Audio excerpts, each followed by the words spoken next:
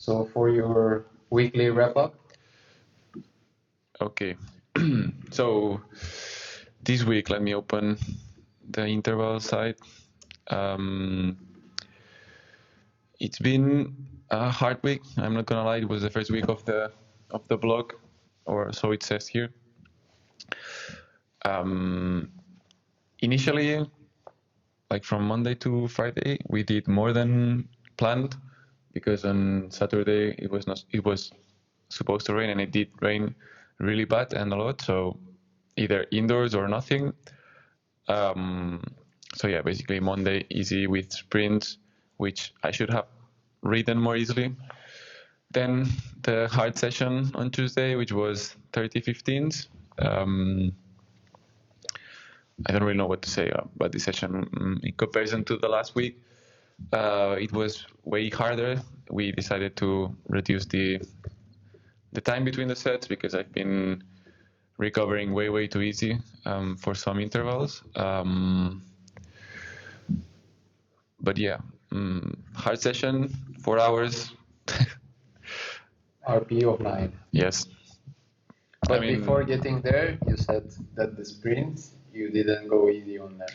No, not on the sprints, on the session overall. I think for 2 hours and a half, I did 250 average watts, taking into account that I did rest a bit after the sprints and with the descents, and it's only sprinting until the second hour. There's 1 hour extra, and then I extended with Jorge, so yeah, that was easy. Yes, but I think that the session overall I was going a bit too fast.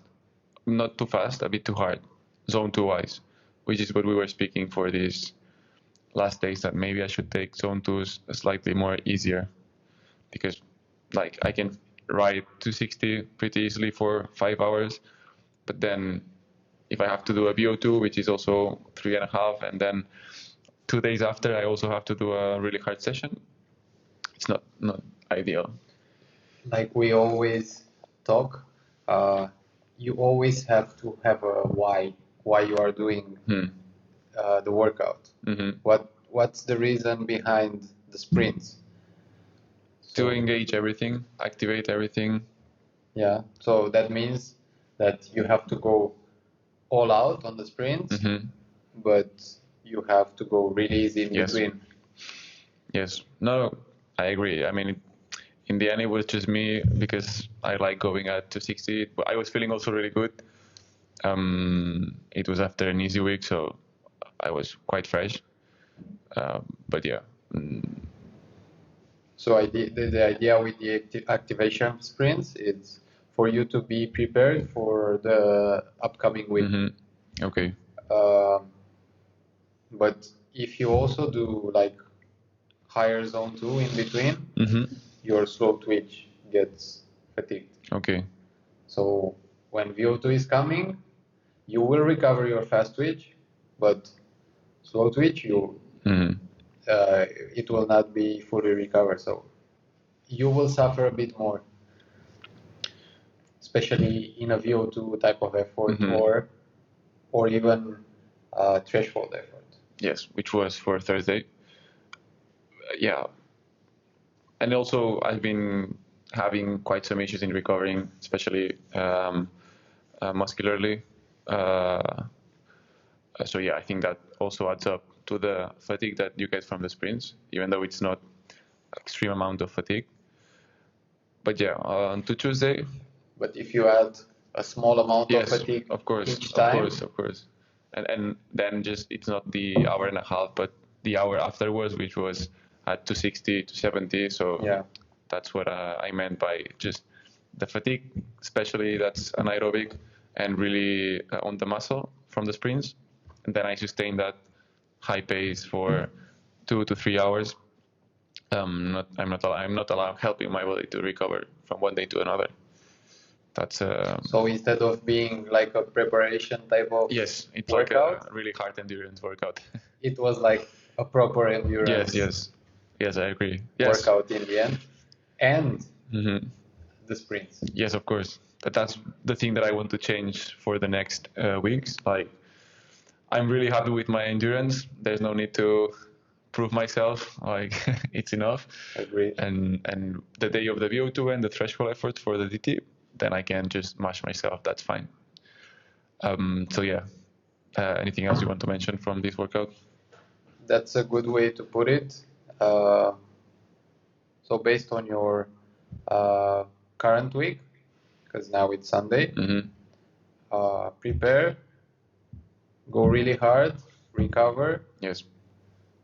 Go really hard, recover, and then add some volume in the weekend. That's the idea of the week.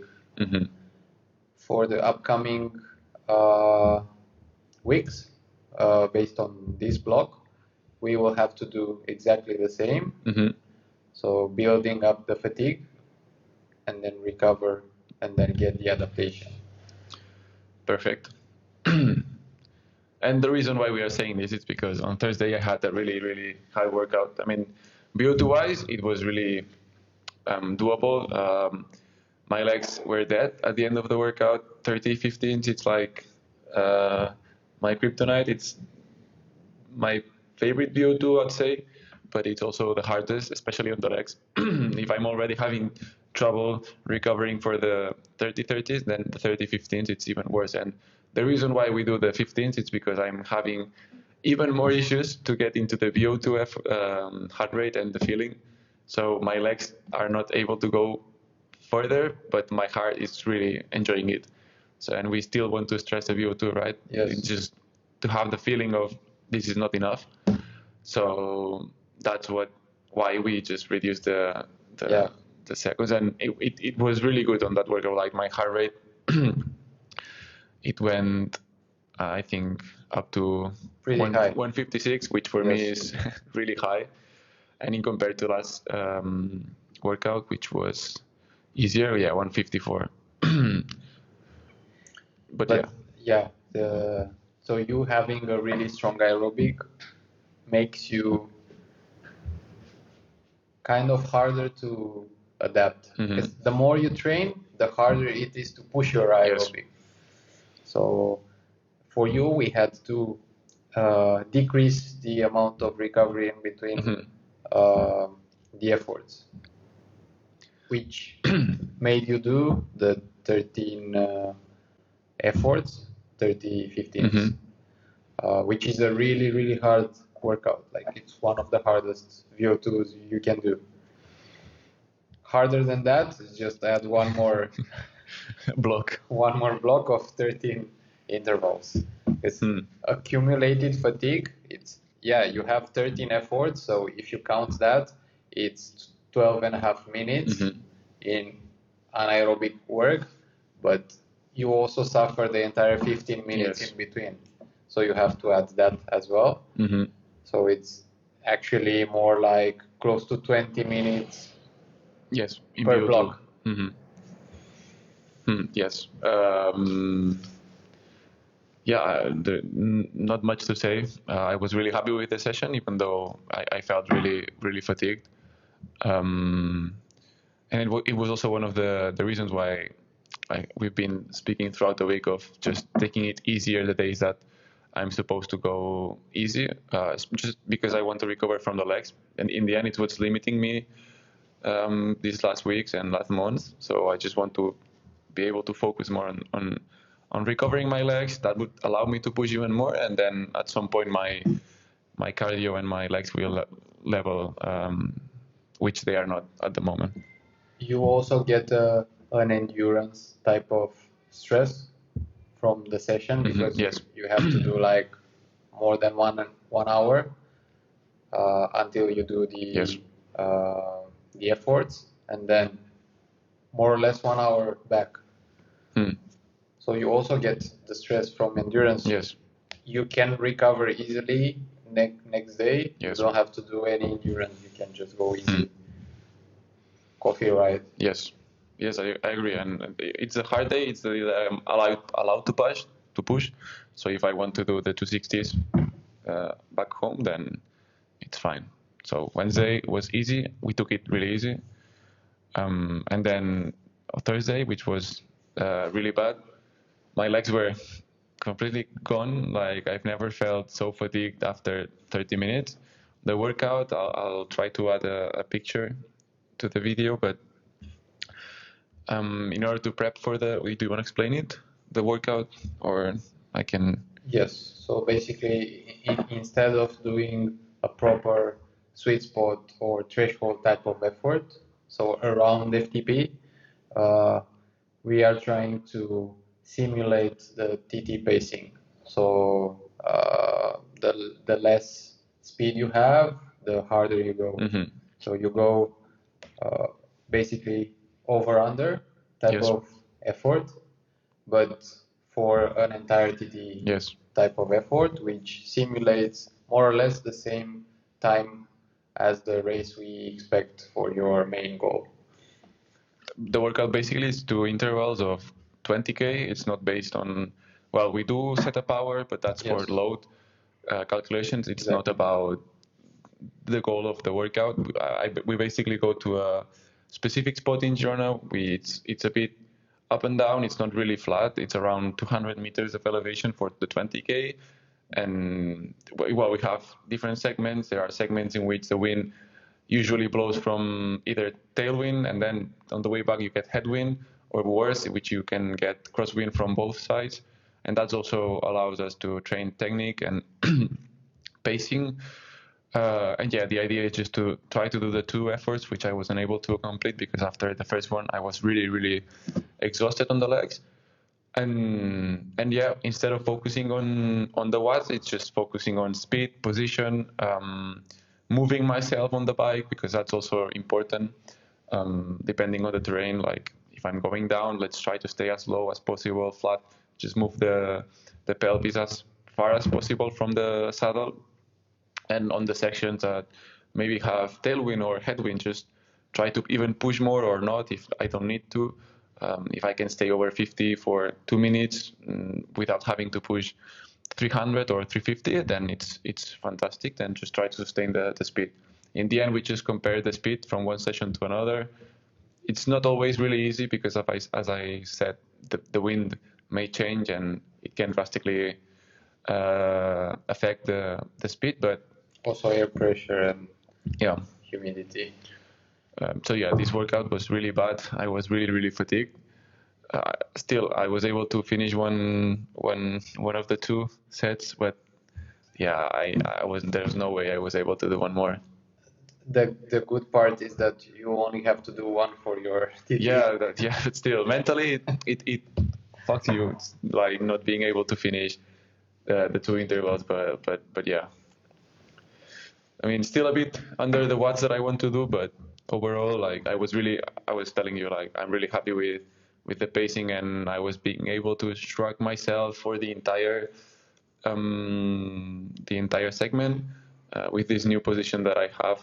I feel like I can shrug myself, lower the head easier than with the previous position, and that I think it's also part of the focus of the workout, despite not me being able to do the watts that I want to. And yeah, in the end, you're just going faster. Yes, which is the goal. I want to be the first, not with the one with the most watts. Even if you have to do 30 watts less or 40 watts less, if in the end you're faster, it's not a power trial. It's yes. So yes, exactly. And Friday, again, we just went easier with you for an easy ride. Yes. For 4 hours.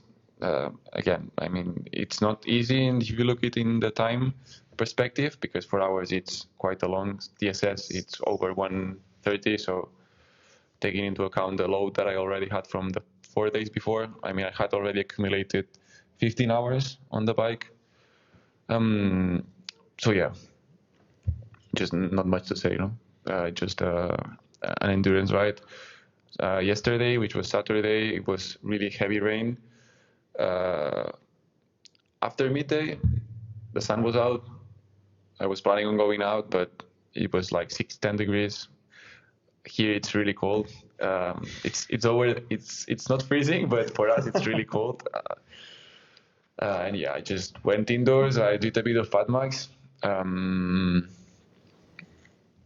did on my bush. Yes, it was one of the workouts that I found, and it said that the hardest intervals are at 75, and I'm like, okay, but somehow the trainer was making me do 300, which was way over 75. I don't know. I wanted to check it again, but it was just to make it a bit more interesting, just than staying at 65. And yeah, my legs were decent, I guess, starting to recover, which is my usual. And today, finally, we just went 4 hours with a friend, super easy. But again, if you look it on a time perspective and a TSS perspective, it's a lot of time. So it's still 23 hours. Yes, in total. But that includes the 15 minutes that I have to go into my house. But yes, 23 hours. It's a really nice week. No? Yeah. I usually do between 17 and 23, 24, the weeks that I'm doing the most, especially on summer. But yeah, I'm really good week for a good start of the vlog. I'm not really excited for what's to come because it's gonna be worse, and I'll be more fatigued. But yeah, we can always adapt. Yeah, of course. If you, for example, if you get too fatigued, we might shorten the block. No, overall, if I had to sum in a way, I would say easier days, I should take them easier. Yeah, I agree. I don't think that I feel fatigued because of the volume, but rather of the intensity of that volume. Yeah, you can recover from day to day, but maybe you cannot recover at 270 watts type of endurance. But you can recover it to 20. Yes, which is what I felt from yesterday. So from Friday, despite having done a really hard workout on Thursday, on Saturday I was okay. I'm not especially fatigued. Like you obviously have some, so you don't feel fresh, but it was not fatigue, like proper fatigue. So today, yes, that's what was my mentality. Just there's no need to go over, let's say, for 250 to 60. I'm just was going always down and yeah, just enjoying the sun, and that should be it. So yeah, good week. When you have big watts, it's easy to overdo it. Yes, but well, in my case, I just now I need to prioritize recovery. It's because it bothers me. Like I know it's going to limit me if I ever want to do a 20-minute test or I don't know, I'm racing or on my TT. For me mentally, I need to feel fresh. I need to be able to feel okay. I'm pushing and I'm not suffering. So yeah, just I have to take it easier. That's it. And I know my aerobic can do a lot. I'm not gonna lose anything just to take it easier days that I have to go easy. Not even if you don't ride your bike in between the hard sessions. Probably even be able to gain more just because my legs can recover. So the hard days I can go even harder. Yes. So yeah, that's basically the summary. I'm really glad you discovered that. I mean, I've tried everything. It's not something that you want to accept. I have to go easier, but yeah, I mean, it's part of the process as well. Just learning about yourself and understanding that it's going to be fine. Anything you would have to say about my week, from the coach perspective? Anything that's wrong, bad? Anything that you would expect? I would say sometimes you went a bit too hard. Because if you look at the watts that I'm putting, for you to, as a range, it's zone 1, zone 2 for the easy ones. So maybe I should just put zone 1, but that's way too low. So you can go like lower zone 2. Yes. There's no problem. Yes, I have to. It's once you get close to your fat max, you are already using a lot of glycogen. Your fast twitch also comes into play. You might push a bit harder on a steeper part on the way to Pitica, Romania. Of course. So that's small stress, but it's still stress. Okay, but for example, well, you haven't had time to look into today's workout, but what we did on Friday or on Wednesday, is it something that you would want me to do more, or you would want me to just go even easier? Not necessarily easier. The pace was good. Maybe just shorter. Not for this particular workout because it's in the weekend when it doesn't matter that much because it's at the end of the week. So you are preparing your next week. Okay. But Friday, you would say easier, shorter, or even Wednesday? Friday, you can still go. So based on how the week looks right now, let's take this one that you had. I would go a bit easier on Friday. Okay. Then maybe a bit longer on Saturday. I think that's how it was planned. Yes. But weather-wise,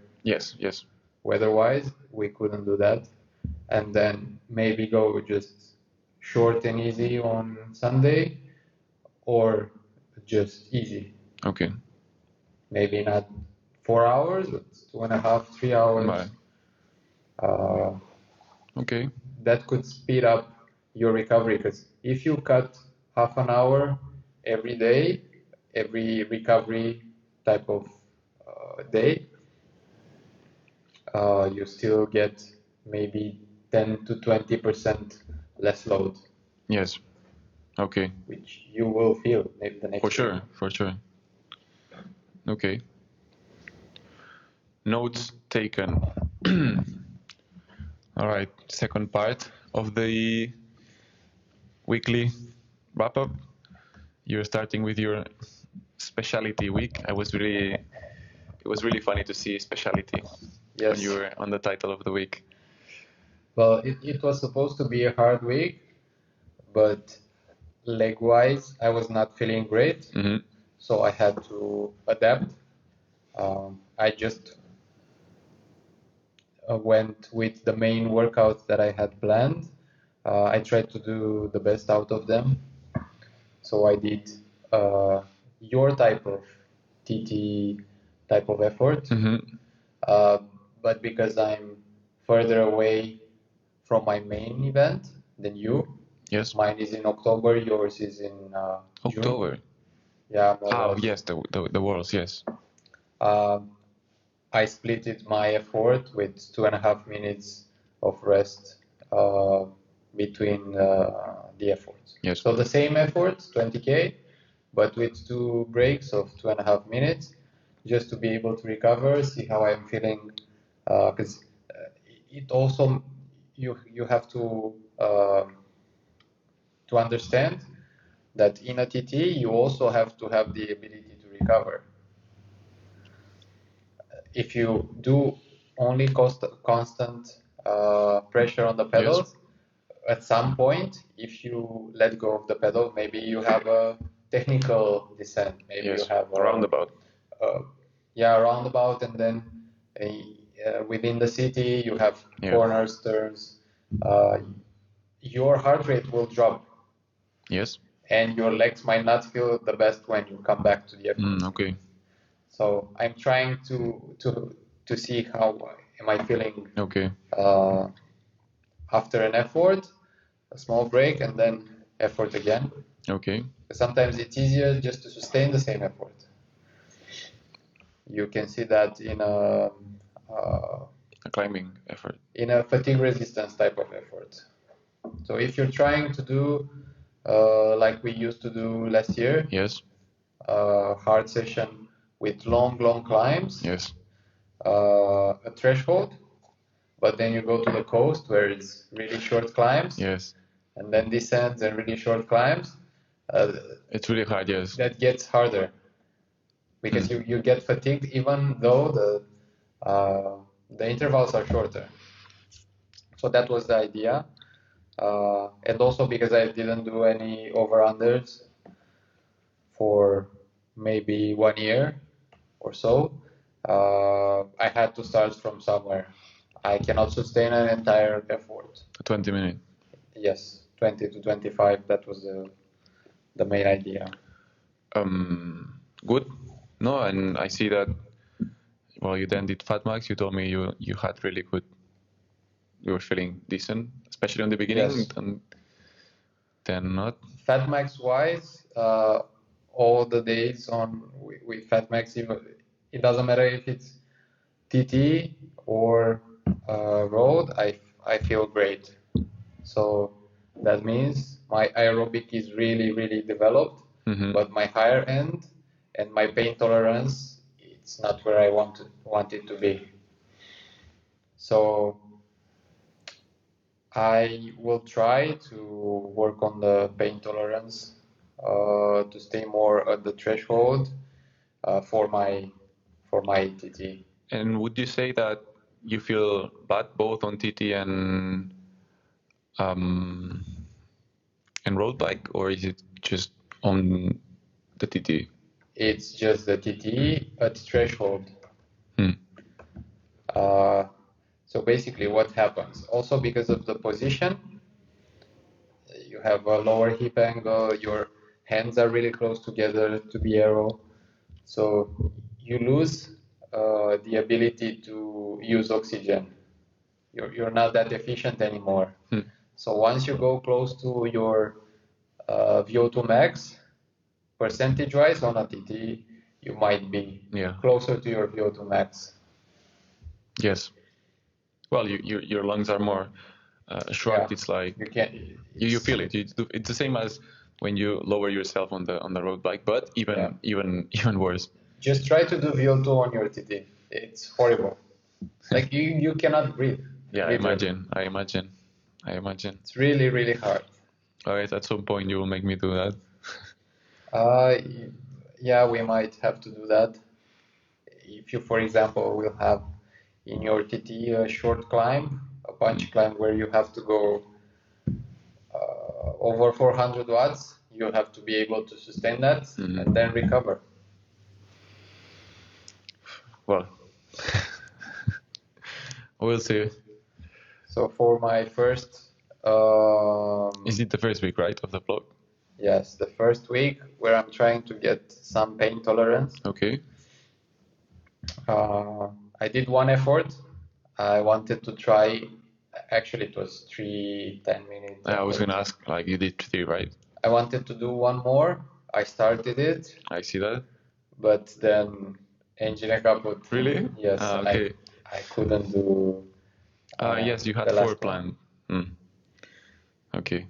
But was it like leg-wise? Aerobic? Yeah. Okay. Yeah. Breathing was really good. I don't think I've been hitting my... Yeah, it's like heart rate-wise. I'm in my...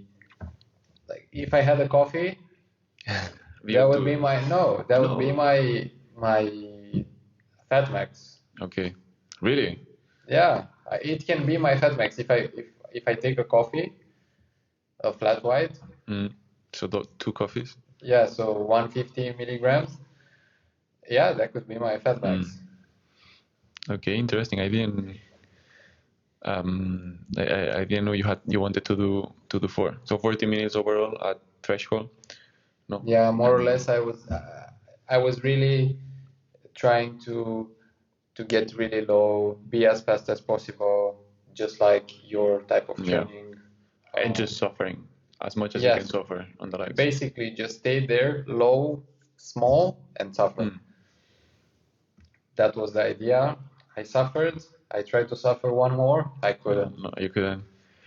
But it's also when we met afterwards, or the day we were on Friday when we were on the road, you told me that in comparison to your last year, you've been lowering your watts because you cannot push yet as much as last year, but your speed's been going really, really high. Yeah. I mean, in the end, we are riding over 45, 46. Any gain there? And if it's 2 kilometers per hour, which you said, it's a lot. Yeah. And we're not training with the skin suit. You are training with a lenticular at the moment, but in the end, it's just a regular helmet. It's the normal kit. The clothes, it's really bad Warmers, yeah. Which are really slow. Yeah, so that's really good. And also the air pressure is higher. On winter, yes. So, and there it's really humid, the part from Caldas to Llagostera. Yes, that's also true. And you also need to add the elevation, which is the same segment I was speaking before. Yeah. Based on my last month's numbers, I would say I can push more on the road bike at threshold, but in this very good position that I have, a really good CDA, I cannot push the same watts on the TT, but it doesn't really matter to me. I'm going at least 2 kilometers per hour faster than, let's say, in the summer with the skin suit. Yes. Last year. So you're comparing it to in the summer? Yes. I didn't know that. Like my best. In the segment, in the Strava segment? Yes. Okay, I thought you meant like any other day that you were doing tests. That's even better. I did the same effort in May. Okay. I did almost 30 watts more. Yes, so just before the Catalan Championships, right? Yes. And I was almost 2 kilometers per hour slower. And I did it with a skin suit. Not a TT skin suit, but it was a skin suit which fits me really good. Not with normal clothing. The helmet was lower as well than this one that I have. Huh. Well, and the bike was also different. Yes. That's also good. No, perfect. Part of the entire picture. Really, really nice that we are going faster. Anything else to say regarding your week? You've spoken about only two workouts. What did you do today that we didn't come across? I went with an athlete for a long coffee ride. He wanted to go to Piquica. And yeah, it went really good. We met David as well. Yeah, I met him as well. He told me. He's riding for both of us. When I asked him for how long he was riding, he was like 5 to 6 hours already. He had a long ride, or? No, not really. He had a free ride. So whenever he has a free ride, he just goes like 6 hours. That's his free ride. Really nice. And your summary for the week, what would you say? I would say I try to keep my VO2 with a hard workout, recover, then improve my pain tolerance, then work on my aerobic a bit more and recover and prepare for the next week. That would be the summary. Maybe a good idea would be to try to switch between, for the next one, schedule-wise I cannot, but switch between the efforts of VO2 after. To be fresher for the 10 minutes? And maybe lower the load on the VO2. Okay. So I can, because my qualifier comes in 3 weeks. So I have to already start to lower a bit the load on my legs. Okay, so you can have also time to taper. And yes, and and for the upcoming weeks, I will start 14 days before the event my HIIT training, which, as I seen on the calendar, it's next week.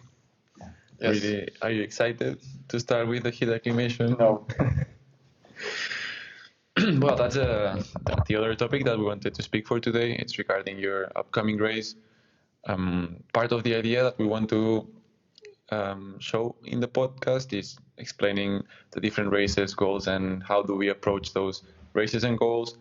While we will mostly train specifically for the TTs, in my case, I will also be doing some Grand Fondo races. I really like climbing despite my weight. I climber at heart, so I'll try my best at some climbing events. But yeah, in this case, Alex is racing in Portugal. Yes, in first week of March, first day of March. Yes. And the idea is that you also explain us your plan towards it. What are your ideas. And yeah, in your case, you say you want to adapt already to the heat, despite being March. It's not the warmest of the days, but there are also other benefits to the heat adaptation. So yeah, if you want to just explain us briefly, how do you plan on doing it and what's your idea?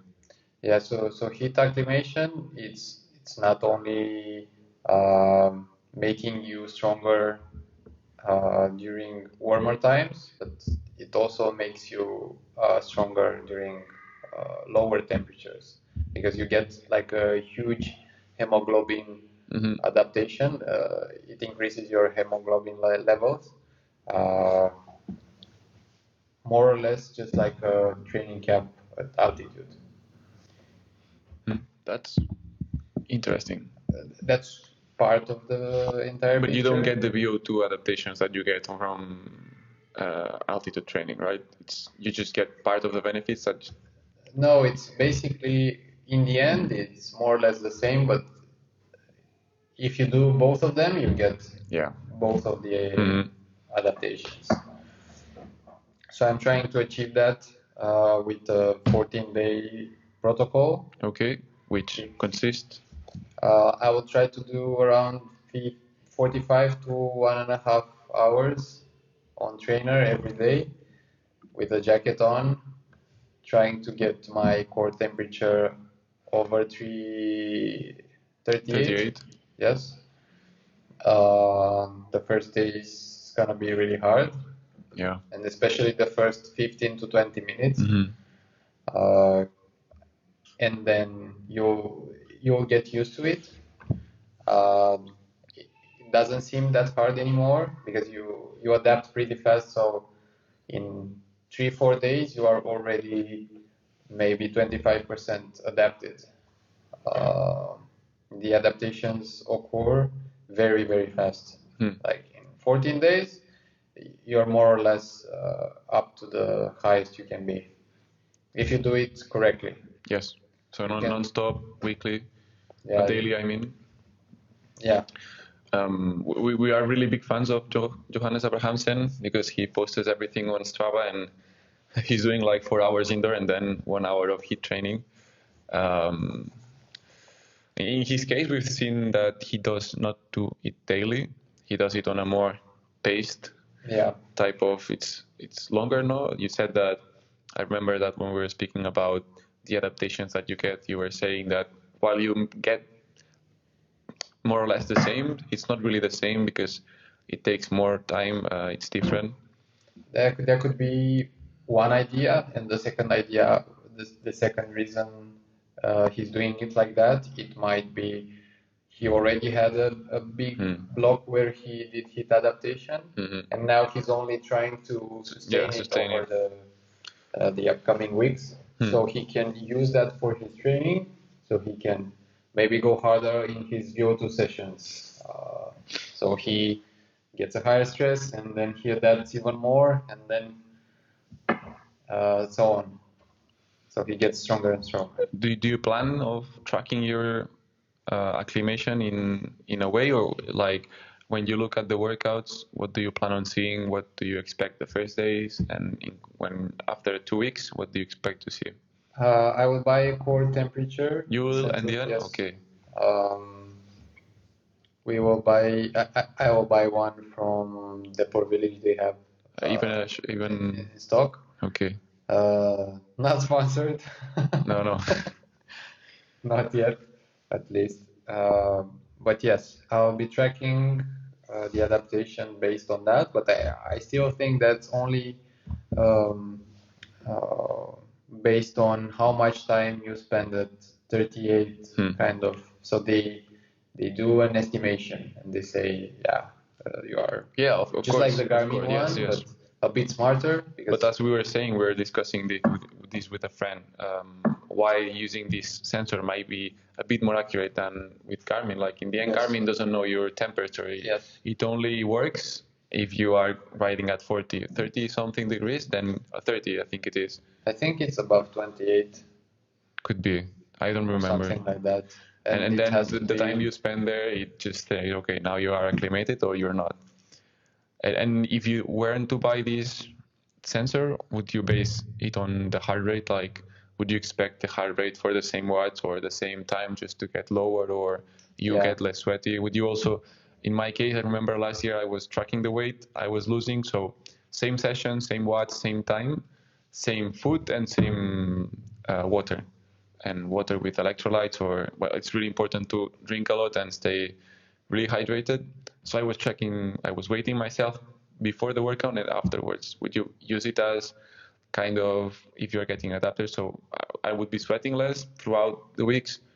My heart rate was getting lower and lower. I was also not suffering that much. Would you use that? Yes, exactly. That's a really good marker to keep track on.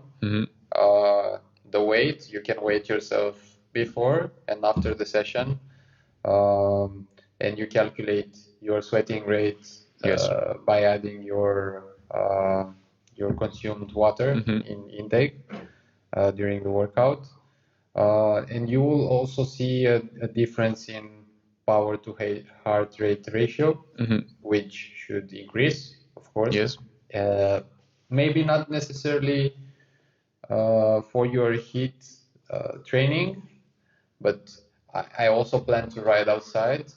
Okay. So during my outside workouts, for sure, there's gonna be a difference. Do you expect your power? Is it power to HR overall, or specifically at zone 2? At zone 2. Okay. So you expect after these 2 weeks, so your event is on March, you would say that the second week of March or the second day of March, your power to HR at zone 2 would be higher. Yes, but it can also increase a bit because I am also tapering. Well, I'll be fresher. But it's something that, let's say that if you were only to do zone 2 afterwards, you would expect that. I didn't know that. That's another interesting thing. I'll check the data from last year. Yeah, because your plasma volume also increases. Okay, that's really good. So you'd say heart rate, and what would you look into the heart rate within a session?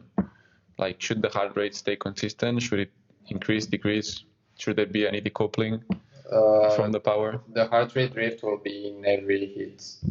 Despite you being adapted?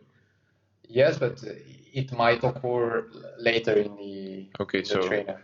Seeing also how long it takes to start happening, it's a good indicator if you are getting adapted or not. So maybe it starts in 15 minutes, and by the end of it, it starts after 45. Okay. That's also good.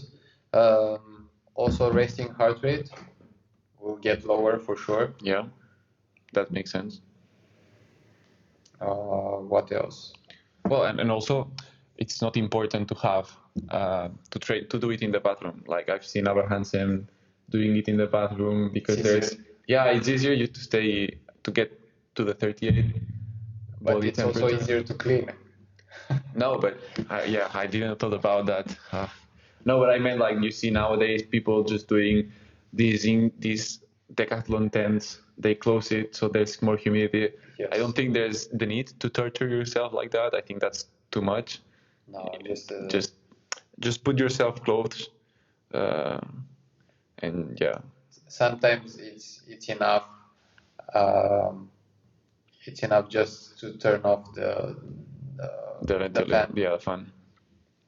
And also last year when I did my acclimation, I was doing it partially because I had a knee injury and I wasn't able to push much. And because I had sun on my terrace, I was training in the sun, but fully clothed. I had 3 layers in me, and at least you get the sun. I don't know if it's better or worse, but it was like training outside doing 180, which was really low for me, but sweating like it was midsummer. And that helped with the Garmin because in May, just because of the sun and my Garmin being in the sun for an hour, it was like, oh, it's really hot here. And there's no ventilation in my terrace, so my Garmin was really, really hot. So yeah, another thing that you could do, I don't know, just to make it more easy. I don't know if you've got sun in any of your flat. No, not really, right? No, not that I can use. What else you can do is, if you have the luxury of having a private sauna. Yeah. After your normal ride, just hop on exactly after you finish into the sauna. 20 to 30 minutes, and that's it. Yeah, well, if you have a gym membership, there are many gyms that have a small sauna, but then it would have to be just right after the workout, Yeah. right? Ideally. If it takes too much time, you don't get the adaptation. Okay. So you would have to spend more time on the sauna, or no, you just don't get it. Okay. So your heart rate must be fatigued. I don't know how to say it. Your aerobic has to still be working when you get into the sauna. I see. So heat training on one side. You also mentioned previously that you want to reduce slightly the load so that you can slowly recover your legs. Anything else that you want to focus on, position-wise, helmet-wise? You already know the course. Anything that you would like to, I don't know, recreating the course somewhere nearly? You also said to me that you want to go a couple of days before there and just ride it, so you get to know it. I'll do a recon for sure the day before, just easy riding. I will do 2 laps for the recon, I think. I'm not sure yet. That's the plan, if I have the time. But yeah, I will do a full effort in here. I have to find a good segment or a good place where I can mimic the same Profile. Yeah, of the race. I don't know where yet. Maybe the second place I have for aero testing, close to Verges. That could be a good option. But bit short. Maybe if I continue on the main road, that could be an option. Well, that main road is one of the places which I was thinking on going, because you can go from the coast nearly to Figueras or Besalú on the main road, but the road is really good, but there's plenty of cars there, which may not be the best. No, and it affects your CDA. It can reduce drastically your CDA. So yes, but in the end, if it's just about the workout itself and how much I can push and feel and staying in the position, right? Yes. I also have to do one more aero testing session besides the one that I will do at next week's event, Silverstone. But yes, so one aero testing session for myself where I get to test 2 stack options. So the current one, and I'll try to see if going higher and lower affects somehow my current setup with the current aero bars, because I just swapped them. That would be one, and after I will see which one is the best for me. I'll go with helmet testing. So my current fastest helmet, it's the TT5. But we got a new one here, so hopefully this one is even faster than that one.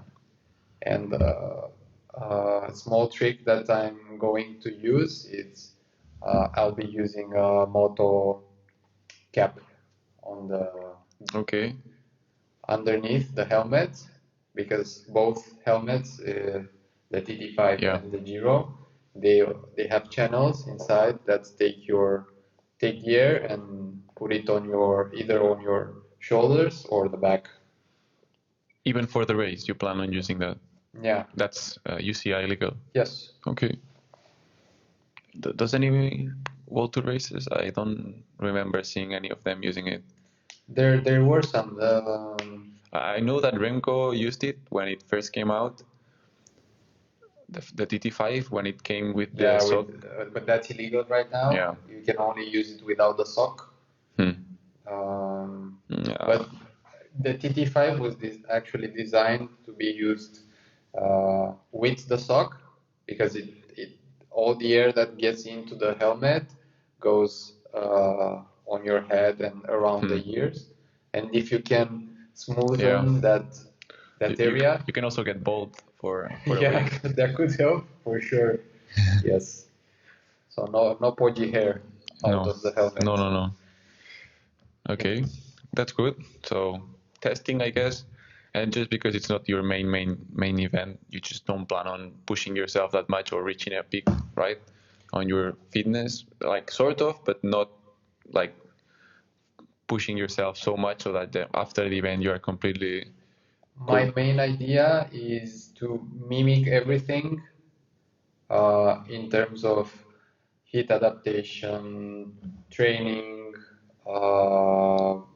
nutrition, and load, and tapering and everything. So I can have like a pattern that I can use for my future races, future TT races. So I'm still developing that program that fits me the best. So in order to do that, I have to test things. Perfect. Good. And anything else you want to mention regarding the race? I'll try again when we spoke about the profile, and it's quite too flat. Are you happy with that profile? Would you rather have it a bit more technical, a bit more punchy, a bit more, or a bit less, whatever? I think being that flat, it's not that good for me. I'm more of a punchy. I don't really like to ride at threshold. I would rather go above and then below, and then above and then below. I just feel better when going over under. That's good in a TT, but that's also bad depending on the profile of the race. And for Coimbra, it should be pretty steady with some accelerations in the corners, after the corners, because it's still in the city. It's like an L, right? It's like a square, more or less. Yeah, is it? Yeah. So you get along the river, then you do a square, and then you come back on the same. Okay. So it's more like a line, then a square, and then you come back on the same line. Okay. And mostly flat. Yes.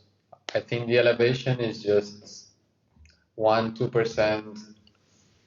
That's great for me, I'm not gonna lie. That's really good for you. That's pretty bad for me. I mean, not that bad. You're not that slow. I mean, you maybe don't have like extreme amount of watts, but it's not bad. I mean, your CDA is really low. You are really fast. Your position is really good. I don't rely on power, to be honest. Yeah. I think my strongest advantage is the CDA in the position. I'll try to make use of that, and let's see how it goes.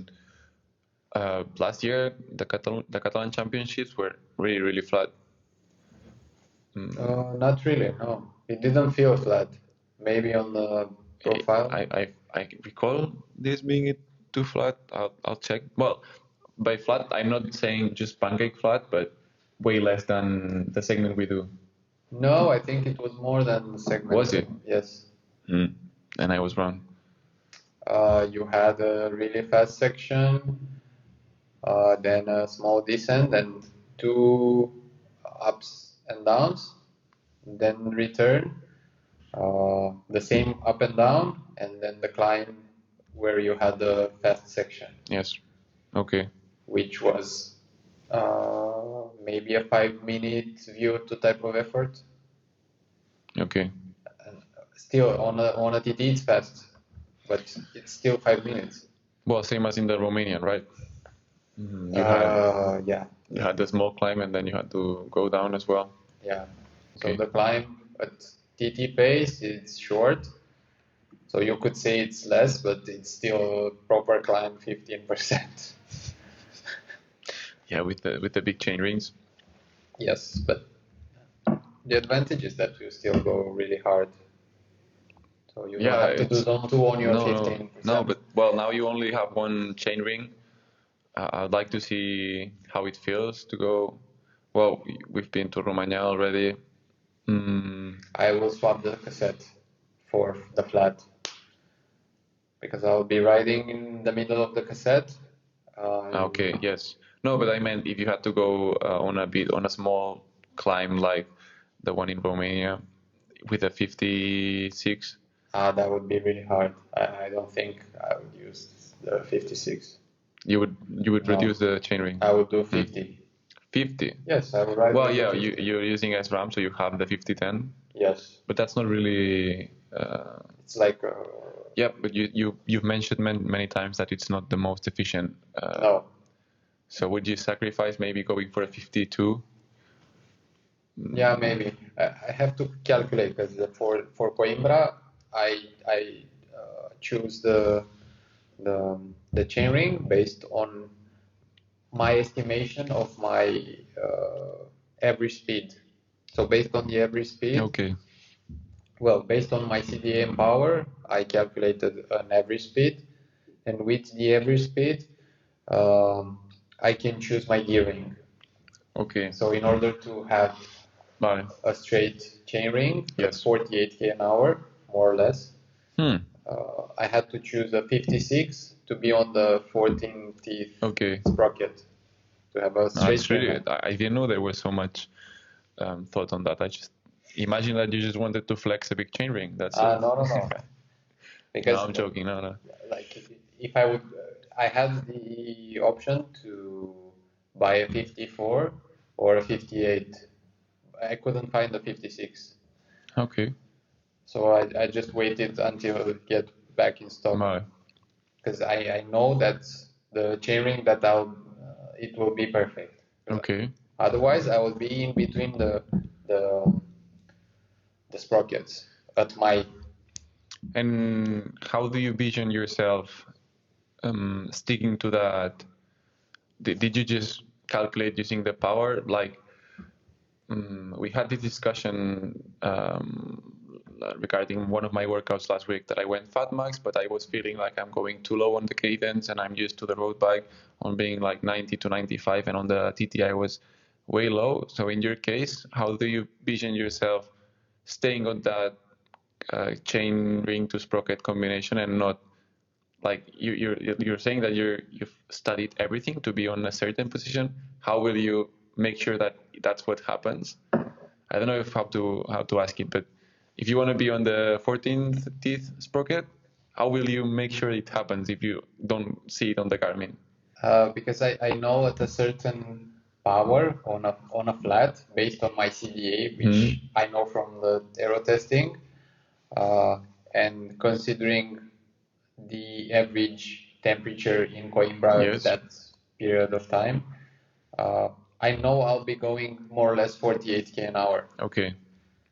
So that means for my power, I will be on the 14 So you sprocket. Include the power as well. Yes, on the 14 sprocket, roughly 95 RPM. So you also counted the cadence. Yes, because I usually do 95 on my TT. Okay, for a certain amount of power. Yes. So you'd say, which is, I mean, in the beginning it seemed a bit unrelated. So you know that at the power you want to go, you are used to going at 95. Yes. And you've tried that with the bigger chainring. Like, have you tried if you were feeling any kind of difference on your cadence when you were going at that power? Not necessarily a difference in cadence, no, because the chainring it only changes your gearing ratios. Okay. So you will still prefer a certain cadence that you're used to, that you train on. Okay. I usually go between 95 and 100 on the TT when I push. That's just how. Yes. I don't know. If I look at the workout that I did as a TT type of effort, I have 94, 94, 96. So that's a good calculation actually. Because I did for 95. It is. It's really good. And on the way back, which is flatter, I did 48k an hour. Damn. Really fast. So that's a good estimation. I have to do it 3 times more than the amount of time, 3 times longer, but I'll get there. I mean, the faster you go, the less time you'll be suffering. Yeah, that's also true. I'll keep that in mind. No, because when I was doing this workout that on Thursday, the last week that I did it way faster than my previous week, I was like, if I do it faster, Yes. I'll suffer less. Yes, that's true. So it was, I felt very stupid thinking about that, but in the end, that's what we want, like just to suffer as little as possible or for the least amount of time. Perfect. Yeah. I didn't know about the chain ring logic behind it. We've spoken about it many times, but I was really not aware about everything. Yeah. So once we do aero testing for you, we will have a good CDA number and use that for a simulation to see if the chain rings that you have will, well, you have a small cassette that I don't think there's gonna be an issue. Yes. For you. 2811, I think it is. Yes, it's small. I used to my current setup for Girona is 1033, so I can go up climbs. But you have only one chain ring. Yes. Which also makes a bit more sense if you want to go uphill. So I'm sacrificing some parts of my workouts in order to be able maybe to go to a coffee or. Oh well, we still don't know the Catalan Champs route. Yes. I don't know when we will know it, but there's the Perpignan race, which is a climbing race, or it seems like a climbing race. The plan is to go there at some point, see the climb, and then decide if it's worth going with the TT or staying with the road bike. But yeah, it's something for the future. But if we take the road bikes, then we have to optimize the position on the road bike. Even for a climbing. Yeah. Oof. Like you could go further with your seat post with the saddle. You can tilt it a bit, so you get a bit more hip ankle. Yes, and also so you can lower your body. Okay. It doesn't matter if you sleep on the saddle because you also want to put more power on the pedals to push more. Hoods in, TT helmet. Well, actually, being a UCI race, I don't know if we would have to revise the hoods position. It's still limited. I think for the qualifiers, from what I've read, nobody is really checking, not even the TT bikes. But for the worlds, for sure. Yeah. Great. But we will make sure our bikes will be UCI legal. Stay legal. Yes. Both on the bike and off the bike. Yes. So, as the last section of today's podcast, we plan on more or less bringing something new, bike trends, anything that we find interesting, coffee stops, Girona routes, gravel, whatever. You'll be the main guy who brings new things regarding bikes, tech, and everything. And as a rim brake lover, there will be no more TTs in the World Tour. And officially no bike, because it was the last one in the World Tour. So from now on, TTs will only have disc brakes. Yeah. I'm still on rim brakes. You are not. You left the room. Well, in my opinion, it's still faster. Good rim brake TT we'll bike. We'll post a picture of the Bianchi bike. The new Tronic. Bianchi Aquila RC. The best part about the new bikes is that they all seem to have really good cockpits, and you can adjust more your cockpit, which which sometimes is really hard when doing either fittings or aero testing with older rim brake models, unless they are really old, let's say. Yeah. Like the latest versions of the rim brake bikes, the TT bikes, like yours, which is the last model Canyon had on rim brakes. It's the fastest, but it's also really hard to work with because of the system, the dual stack riser type of system. It's hard to find adapters, hard to find shims, hard to work with. Yeah, really hard. Bolts from both sides. It just takes a lot of time. Where the new models are way more adjustable. You can directly increase your angle for the aero bars. You can change the reach really fast, the stack as well. The new Cervelo P5 also has a really easy setup for the stack. You just unscrew a bolt and it goes up and down. Okay. Which is a pleasure to work with. Yeah, I imagine. Yeah. If you're testing. Yes, well, I need to like constantly add, remove things.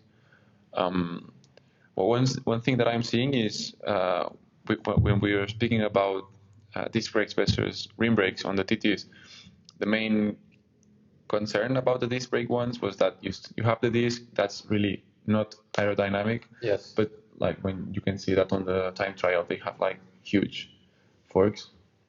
Now we're seeing that on the TTs. It's becoming UCI legal. Is it enough? Because you still see the disc a lot. Is that depth enough for the bikes to be way faster than a rim brake, or it's being leveraged? What are your thoughts, or what have you read? I think the latest generation of disc TT bikes are pretty close to the last version of the rim brake in terms of CDA. What I mean by that is that the disc, for sure, it's not the most aero thing. It's a piece of metal that spins in the wind, and it's like moved from the wheel. Wheel. That's not aero. That's creating a lot of turbulence for one of your legs, for the fork, for the entire system. So, but the latest generations, and by latest generations I mean the new S5, for example, the Colnago. I was going to ask about the Colnago. The Van Rysel time trial bike, the Factor Hanzo. Yes. This new Bianchi as well. They use the new regulation, the new UCI regulations, the 5-to-1 ratio, where you can have way deeper head tube, forks, down tubes, and for sure that mitigates the advantages of the latest rim brake models. So I think they now are on par. I was looking at Poggy's picture on El Giro, where he was with the 100mm wheels and the new Colnago. That was looking really, really scary. So yeah, that's a really good news for the TTs, but also time to like close the chapter with the rim brakes. No, it's becoming really hard to find new bikes with rim brakes, but I don't know. I mean, it's the industry also pushing towards a disc brake way of riding. It has benefits, but also disadvantages. There will be haters, there will be lovers. But yeah, my TT is a pain in the ass to work with. Yes, I agree. For the aero testing is bad, for the bike fitting is bad. But it's fast. Yeah, it's really fast. In the end, it's one of the fastest frames. For example, you can see Dan Bigham. in the UK nationals, he was using a Cervelo P5 rim brake, and if he doesn't have access to any bike he wants, then nobody does. Yeah, and him being an aero guru, I think that that frame was not chosen by mistake. Yeah, for sure not. And if you're planning on winning and competing in a national championships, I mean everything's studied, everything you're bringing it to the limit. So and he won on a rim brake, and the second guy was also on rim brakes. It was on a Trinity, which is still one of the fastest, right? Fastest TT bikes out there. The older model, the rim brake, because they just released also the new Trinity, which has deeper forks. Yeah. But it's more or less like the older model in terms of I didn't. Well, every brand says they have hundreds of thousands of gains in comparison to the previous version, and well, a bit of the same with the Yaris bike, the new Colnago. I think it's just different. It has a really strange way of, but from here to saying that's the fastest bike next year it will be, I don't know, a rounded frame, and they will say, oh, look at this. You either live with it. I mean, I really think it's faster, but not that people like us would ever make a difference. Like even for the pros, it could be questionable that it really makes a difference. Because like if you have a better position on the bike, and you can lower your head 2 centimeters more, that's gonna be more than what your frame. Yeah, you can benefit from the frame, yes, or like knowing how to position yourself within the peloton. Yeah. But it's a bit of the discussion that we always have. But in a TT, yeah, that when you're alone and it's all by yourself. When you're alone and you already have your head as low as possible, and you have optimized your position, and everything is perfectly aligned, then yes, the frame can make a difference, but not as much as people think. Just fitting your front wheel with a better tire in terms of